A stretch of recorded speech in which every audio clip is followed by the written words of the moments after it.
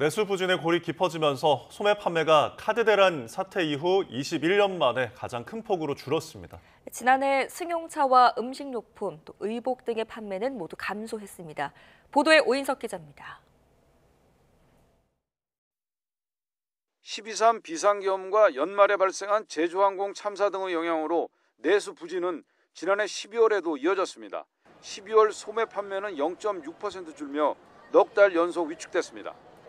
지난해 연간 소매 판매는 1년 전보다 2.2% 줄었습니다.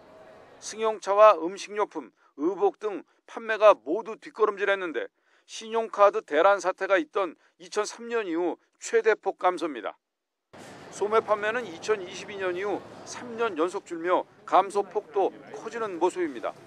1995년 관련 통계 작성 이후 최장 감소입니다. 도소매 등 서비스 소비가 반영된 서비스업 생산은 지난해 1.4% 증가에 그쳐 4년 만에 최소 증가폭을 기록했습니다. 비상계엄 등의 여파로 12월 숙박 음식점과 예술 스포츠 여가, 부동산 등이 줄줄이 하락했습니다. 사회적 불안으로 연말연시 음식점 예약 취소가 잇따르고 외국인 관광객 수요도 줄며 숙박업체도 타격을 입은 것으로 보입니다.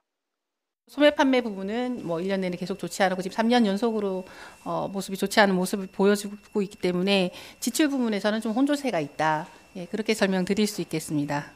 건설 실적을 의미하는 건설 기성은 1년 전보다 4.9%나 감소해 2021년 이후 최대폭으로 줄었습니다.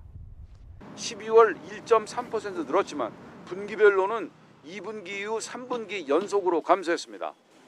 소매 판매와 건설 등 내수 부진은 뚜렷했지만 지난해 산업 생산은 증가폭이 커지며 호조세를 보였습니다. 반도체 수출 회복 등의 영향으로 산업 생산은 1년 전보다 1.7% 증가했습니다. 설비 투자는 반도체 제조용 기계와 운송 장비 투자 등이 늘며 전년 대비 4.1% 증가했습니다.